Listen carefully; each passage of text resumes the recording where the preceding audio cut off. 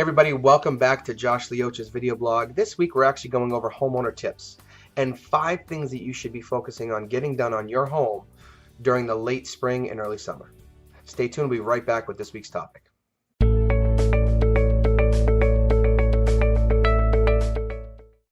Alright, welcome back. So, the number one thing you should be focusing on as you're getting into spring and we're approaching summer especially is the following. Number one, make sure you're inspecting all your brick and stone patios and walkways. Over the winter and during the freeze, things can really shift. Hardscapes can shift, bricks can shift, especially if they're not put in very well or unmortared. And so what you want to do is make sure that you're fixing those, making sure they're all even for safety reasons and for aesthetic reasons. So it's really good to inspect everything that you have outside that may be impacted by that freeze. Alright, number 2, and probably many of you who are lawn enthusiasts have already started, but make sure you feed your lawn. Now we've been lucky with this spring where we've had a lot of rain. Not good for our outdoor activities, but good for our grass, right? So everyone's grass is starting to look green and fresh. Make sure you continue to feed it and add nutrients. The more time you spend on actually feeding your lawn and doing the right things at the right time, the greener and the lusher it will be.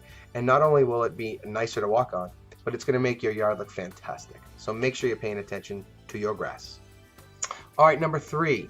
Now, not as many people have wood fences as they used to. Everybody's going to the PVC and the plastics, but there's still a good amount of people who have those wood fences. So during the winter especially, wood fences can kind of take a beating depending on where they are and what part of the yard. So make sure you check all of the fences, you check all the posts, make sure none of the pieces have fallen off. If they have, make sure you tack them back on, secure those pieces of wood properly.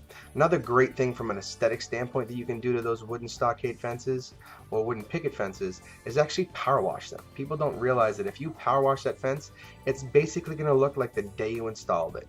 So take some time on the days that we're not having a water ban and make sure you power wash that fence. It's going to look fantastic. Make sure you secure all the gates and really tighten everything up so it looks fantastic and you can maintain it for a lot longer and not have to replace it in a much shorter time than you wanted to. Alright, item number 4, mulch, flower and vegetable beds. Now again, some of you who are 5 steps ahead of me have already done a lot of this stuff.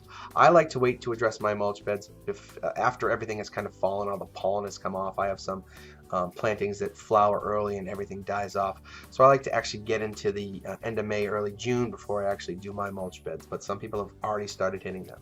Same thing with flower beds and vegetable beds. Make sure they're getting enough water, even though, like I said, our spring was pretty wet. Make sure you continue to water them. Make sure you continue to weed them. Weeding those beds are going to have a huge impact on growth, especially in your vegetable garden. So make sure you're paying attention, you're on top of it, and you're watering and you're weeding. Alright, last topic, and this is the most important to me, is getting your grill in gear. So if you're like me, I love to grill pretty much all season. This past year I had a renovation on my deck and my grill was hidden until 2 weeks ago. So it's back out. Make sure you do a few things. Make sure you check your grates, make sure they're in good condition, make sure you clean them and prepare them before you start cooking on them. Make sure you check in the grill, make sure you check all your heat diverters, make sure they're all in good shape. Check your drip pan if you have one, and make sure that your propane hookups are all cleaned and tight and ready to rock and roll. The other thing that actually people end up sometimes replacing their whole grill because of is their igniter switch goes. If you go to your local hardware store and you get an igniter switch and ask someone how to replace it, it's fairly simple and it can give you a lot more years on your grill. But get it ready, keep it clean, get it fired up, and enjoy the backyard because the season is upon us to grill and barbecue.